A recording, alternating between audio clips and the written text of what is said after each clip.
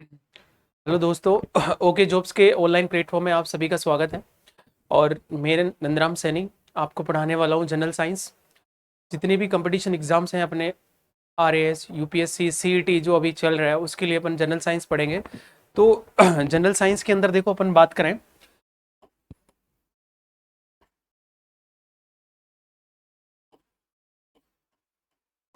General science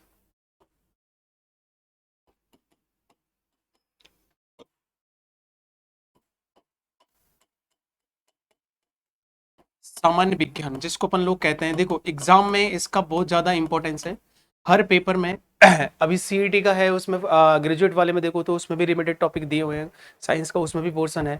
और जो +2 वाला सीईटी है उसके अंदर तो बहुत सारे टॉपिक दिए हुए हैं। एक बार इसको अपन सिलेबस को देखेंगे तो पॉइंट टू पॉइंट नोट करें तो उसमें सारे लगभग लगभग बहुत सारी साइंस कवर हो रही है।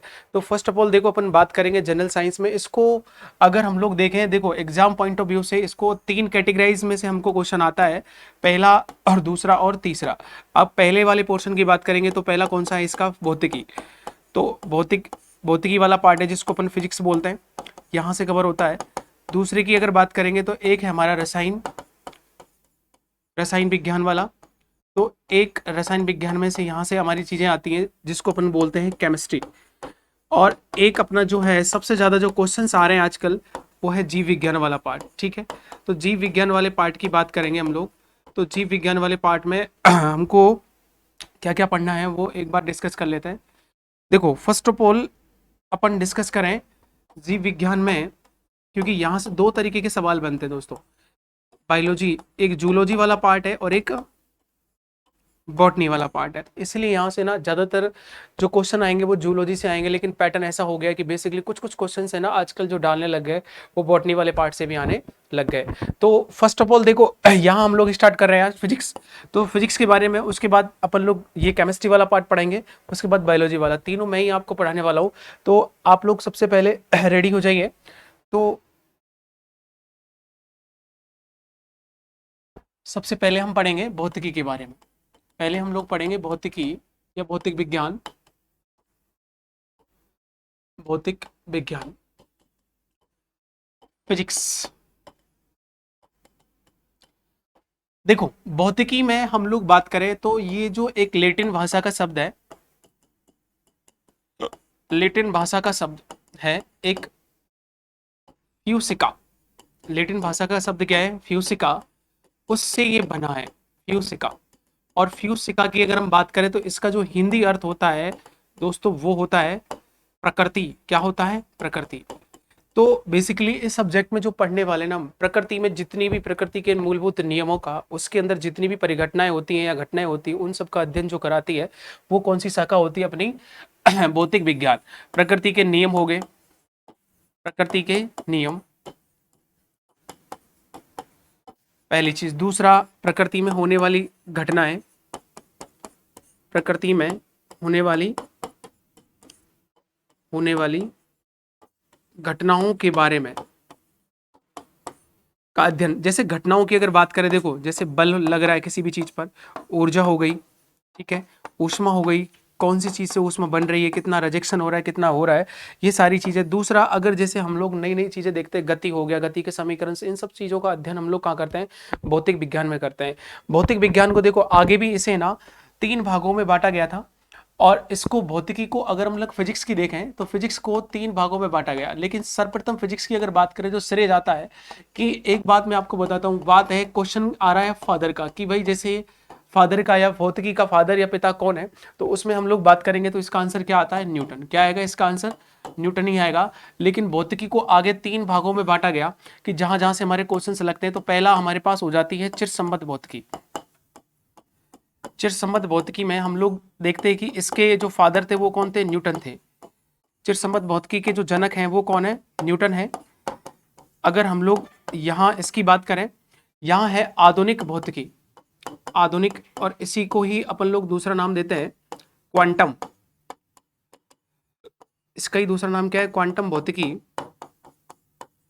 और एक हमारे जो तीसरा है वो है प्रयोगात्मक, वो है हमारा प्रयोगात्मक भौतिकी। देखो सबसे पहले अगर बात करें, मैंने बताया आपको फादर कौन है इसका, न्यूटन। लेकिन अगर हम लोग चिरसम्मत की भी बात कर रहे हैं तो वो भी हम लोगों को किसने बताया इसके बारे में, चिरसम्मत भौतिकी के बारे में न्यूटन ने बताया। लेकिन चिरसम्मत भौतिकी में देखो हम कौन कौन सी चीजें कवर करते हैं, जैसे गति हो गया, ठीक है, गति के समीकरण हो गए, गति के नियम हो गए, इन सब चीजों का बारे में जो अध्ययन होगा वो यही होगा। एक है हमारे पास बल, कार्य, ऊर्जा, उष्मा, तापमान, ये सब चीजें कहाँ पढ़ाई जाती हैं, क्लासिकल या हमारे पास इस चिरसम्मत भौतिकी में ही होंगे। यहाँ एक हमारे पास जैसे नाभिकीय रिएक्टर हो गए, ठीक है, नाभिकीय अभिक्रियाएं हो गई, तो इनके बारे में, नाभिकों के बारे में, या जो परमाणु फिजिक्स होती है वो भी हमको कहाँ पढ़ाई जाती है, यहाँ पर। या जो क्वांटम संख्याएं होती हैं उनका भी जो अध्ययन है वो कहाँ कराया जाता है, यही कराया जाता है इस वाले पार्ट में। और इसके जनक की अगर बात करेंगे दोस्तों, तो इसका जनक कौन है, अल्बर्ट आइंस्टीन। तो इसके जनक के बारे में बात करें तो वो उसका आंसर क्या आएगा अपना, अल्बर्ट आइंस्टीन। कई बार सवाल यूं भी आ जाता है कि आधुनिक भौतिकी, दोनों को ध्यान रखना, एक तो भौतिकी नॉर्मल पूछे या हमसे पूछे आधुनिक भौतिकी, तो उसमें तो आंसर आएगा अल्बर्ट आइंस्टीन। एक है कि जैसे नाव पानी में तैरती है या शिप तैरता है, तो उसके बारे में बात करें तो उसके जनक कौन है, उसके जनक है आर्किमिडीज। उसकी हम लोग बात करेंगे तो इसके जनक कौन है, आर्किमिडीज। तो ये थोड़ा सा बेसिक है जो आप लोगों को भौतिकी में आगे क्या पढ़ना है क्या नहीं पढ़ना, किस किस ब्रांचें हैं, तो उनके बारे में अपन लोग डिस्कस करें। नेक्स्ट देखो, अब हम जो यहाँ से ज्यादातर क्वेश्चंस होते हैं कि जैसे हम लोग पार्ट कवर करें भौतिकी में, जो जो टॉपिक्स होते हैं मैं थोड़ा सा आपको आइडिया देता हूँ, उसके बाद अपन लोग स्टार्ट करते हैं। कि पहला जो चैप्टर होता है वो होता है हमारे पास मात्रक और विमा वाला, मात्रक एवं विमा। दूसरा अगर हम लोग पढ़े जैसे दूरी, विस्थापन, ठीक है, विस्थापन, दूरी, वेग वगैरह, वेग, और एक हमारे पास क्या हो जाएगा, त्वरण, ये सारी चीजें आ जाती हैं। उसके बाद हम लोग बात करें बल, विस्थापन, सॉरी बल, कार्य, बल, कार्य, ऊर्जा, शक्ति, ये सारे यहाँ पर आ जाएंगे हमारे पास। एक इसी में ऐड कर लो ऊष्मा, तापमान, ऊष्मा, तापमान, क्योंकि यहां से जो क्वेश्चन है ना आएगा ही आएगा आपके पेपर में, ये फिक्स है, ये वाला जो पोर्शन दिया हुआ है ना तो ये अपना आएगा ही आएगा। एक हमारे पास हो जाएगा 4th नंबर पे प्रकाश, इसको लाइट बोलते हैं। इसके अंदर देखो दोनों चीजें आ जाएंगी, ध्यान रखना, एक तो दर्पण वाला पार्ट है, ठीक है, एक कौन सा पार्ट है, लेंस वाला। तो यहाँ से भी जो सीईटी में वाला पोर्शन में, तो उसमें ग्रेजुएट वाले में मेंशन है ये टॉपिक। एक हम बात करें विद्युत की, विद्युत के साथ ही हम अटैच कर लेते हैं चुंबक को, ठीक है, तो ये वाला जो पार्ट है ये भी इसमें पढ़ाया जाएगा। एक अपना बच गया जैसे अंतरिक्ष वाला पार्ट है, ठीक है, जो साइंस टेक वाला जो पोर्शन है उसमें हम लोग बात करें, एक ये चीज हो जाएगी। अब देखो अगर हम लोग इसमें देखें कुछ प्रॉपर्टीज रह गई है, जैसे प्रॉपर्टीज के बारे में, जैसे पदार्थों की चीजों के बारे में अध्ययन करें तो वो भी चीज हम यहाँ पढ़ सकते हैं। अब यहाँ सबसे पहले अपन जो मेजर रूप से टॉपिक जो पढ़ेंगे, मैं आपको अभी स्टार्टिंग से अपन लोग देखें, तो सबसे पहले हम बात करने वाले हैं प्रकाश की। तो सबसे पहले आप लोग पढ़ोगे प्रकाश, जिसको इंग्लिश में हम लोग क्या बोलते हैं, लाइट। देखो प्रकाश के बारे में अध्ययन करें, जनरली रूप से प्रकाश को अपन लोग प्रकाश कहाँ से उत्पन्न होता है, कौन कौन सी चीजें होती है। सबसे बड़ा मेजर सोर्स तो इस प्रकाश उत्पन्न करने का क्या है, सूर्य है फर्स्ट ऑफ ऑल। दूसरा, प्रकाश का सबसे ज्यादा जो यूज है वो कहाँ होता है, वस्तुओं को देखने के लिए।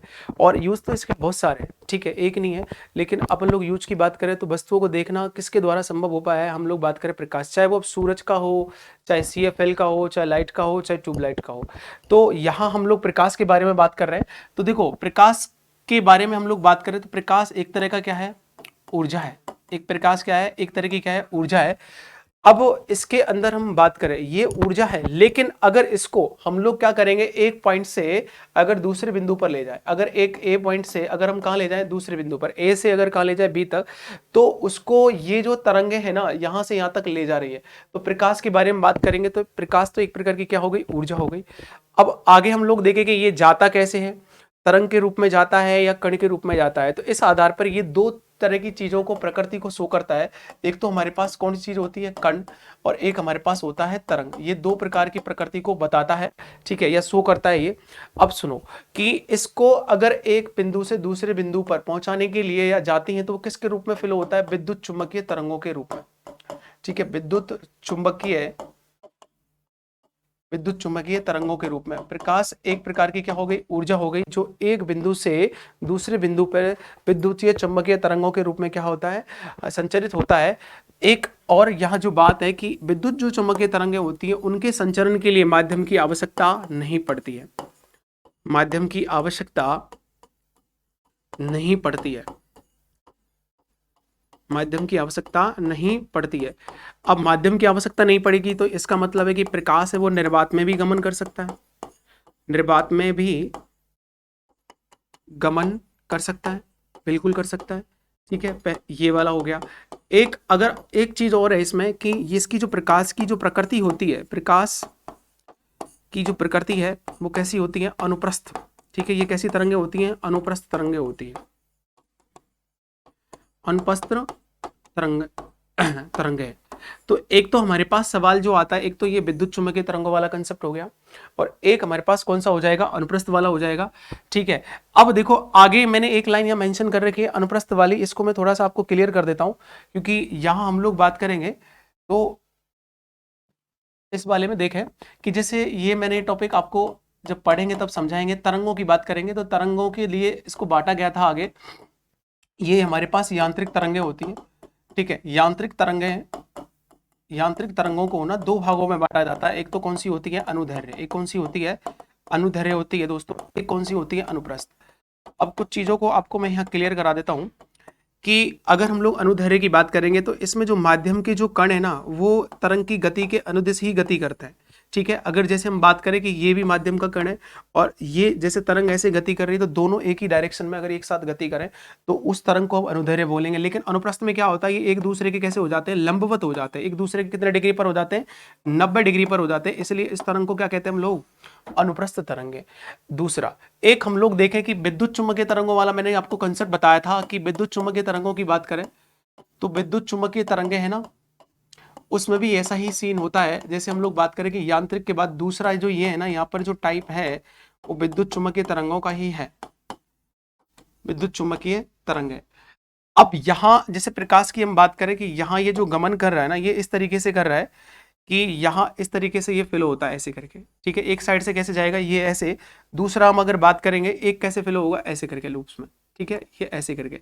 तो ये जो है ना, अगर हम लोग एक चीज माने, एक तो क्या हो रहा है यहाँ पे विद्युत क्षेत्र हो रहा है, एक कौन सा हो रहा है, चुंबकीय क्षेत्र हो रहा है। तो एक को हम जैसे माने तो इनके बीच में जो एंगल्स बन रहा है ना वो कितने डिग्री का होता है, वो 90 का है। अपन उसको देखेंगे। दूसरा हम लोग यहाँ अनुप्रस्थ नेचर इसका है ही है, तो ये कई बार पेपर में आता है कि प्रकाश की प्रकृति किस प्रकार की होती है, तो वो किस प्रकार की होती है, अनुप्रस्थ प्रकार की होती है। अभी लेटेस्ट जो एग्जाम हो रहे हैं उनमें भी ये आया है। अब आगे हम लोग देखो बात करें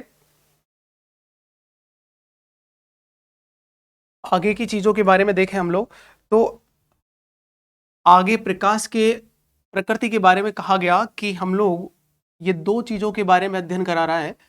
तो हम लोग देखते हैं कि कौन कौन सी प्रकृति है हमारे इसमें।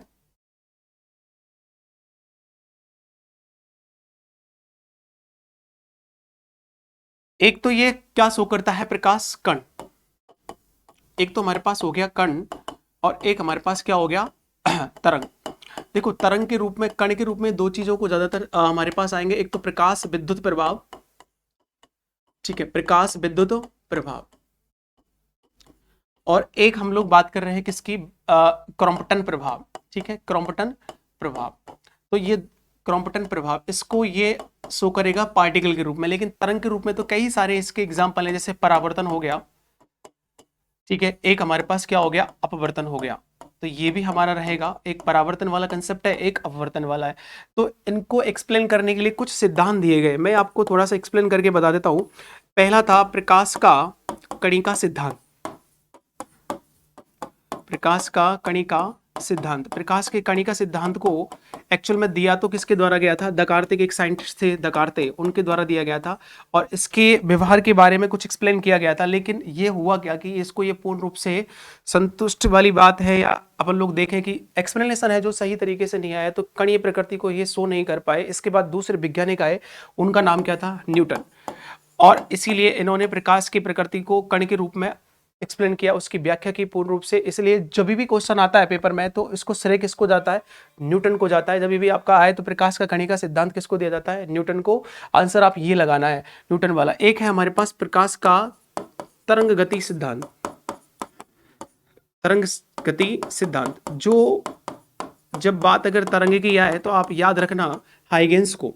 ठीक है, ये सिद्धांत किसने दिया था, हाइगेंस ने दिया था। और इसके द्वारा परावर्तन और अपवर्तन को, इसकी जो तरंगे प्रकृति है उसको आराम से इन्होंने क्या किया था, एक्सप्लेन किया था परावर्तन और अपवर्तन को, लेकिन ये कणीय प्रकृति को एक्सप्लेन नहीं कर पाया था, इसलिए ये पूर्ण रूप से ये इसको समझाने की, दोनों चीजों को समझाने के लिए समर्थ नहीं था।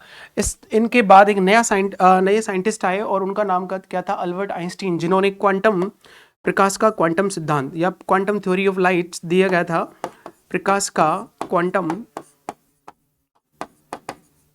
सिद्धांत, और जो किसने दिया था, अल्बर्ट आइंस्टीन ने। ठीक है, और अल्बर्ट आइंस्टीन ने देखो क्या कहा था, यहाँ पे कुछ चीजों को यहाँ उन्होंने बताया था कि इन्होंने कहा था कि प्रकाश है ना, एक पॉइंट से दूसरे पॉइंट पर है ना, अगर यहाँ गति करता है एक बॉडी से या दूसरी बॉडी की बात करेंगे, तो ये किस रूप में बहता है भाई, बंडल के रूप में। इन्होंने कहा था कि प्रकाश अगर संचरित होता है तो ये किस रूप में होता है, बंडल्स के रूप में। इन बंडलों को क्या कहा गया इन्होंने, क्वांटा, ठीक है, या इसको दूसरा नाम दिया गया क्वांटा। तो अब देखो इन बंडलों को अगर ये संचरित हो रहा है, उस हिसाब से देखा गया कि इन बंडलों को कहा गया क्वांटा। अब हम लोग देखते हैं कि हम लोग इसके बारे में देख रहे हैं, बंडल के बारे में, और बंडल को एक और नाम दिया गया जिसको हम लोगों ने क्या बोला, फोटोन। तो इससे एक चीज निकल के आई कि प्रकाश एक बिंदु से दूसरे बिंदु पर जा रहा है, संचरित हो रहा है, तो वो किसके रूप में हो रहा है, फोटोन के रूप में।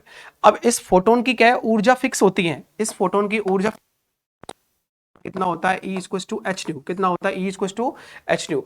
अब जैसे एक पॉइंट से दूसरे पॉइंट पर जाएगा, तो अगर ये चाहे ये तरंग के रूप में जाए, चाहे ये पार्टिकल के रूप में जाए, तो इसको इस सिद्धांत के द्वारा आसानी से दोनों चीजों को एक्सप्लेन कर दिया गया। इस प्रकार आइंस्टीन ने ये सारी चीजें हमको एक्सप्लेन कराई, और इसमें जो फोटोन की ये सूत्र याद रखना भाई, ये इंपॉर्टेंट है।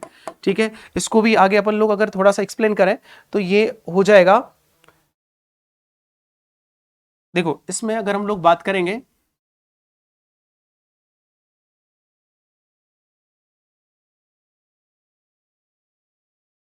इसमें एक चीज है बस, E बराबर हमारे पास हो जाएगा E बराबर एच न्यू। अब देखो सी हमारे पास हम लोग बात करेंगे न्यू इक्वल टू क्या होता है, C अपॉन लेमडा।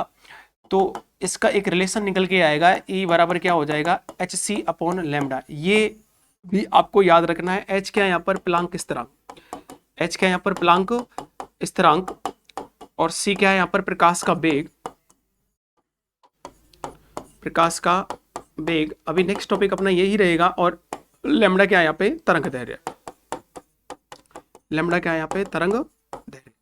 तो ये अपना जो टॉपिक है बेसिकली ये अपना बेस तैयार हुआ है कि किसके लिए, प्रकाश पढ़ने के लिए अपन को। अब देखो आगे जो पढ़ेंगे अपन लोग, प्रकाश की चाल किस किस माध्यम में अलग अलग होती है, ज्यादा होती है। सिंपल सी बात है कि अगर प्रकाश निर्वात में गमन कर रहा है, सूरज से अगर प्रकाश आएगा तो बहुत सारे मीडियम्स में होके जाएगा, तो उसमें निर्वात में भी जाएगा, सॉलिड मीडियम में जाएगा, द्रव में भी जाएगा, तो हर माध्यम में तरंग दैर्घ्य चेंज हो जाएगी और माध्यम चेंज हो जाएगा, जिसकी वजह से प्रकाश की चाल भी क्या हो जाएगी, चेंज हो जाएगी। तो अपना जो नेक्स्ट टॉपिक है इनके प्रॉपर्टीज का है, परावर्तन, अपवर्तन। ठीक है, ये सारे गुणों के बारे में अध्ययन करेंगे। आज की क्लास यही समाप्त है और बाकी का अपन नेक्स्ट क्लास में पढ़ेंगे दोस्तों।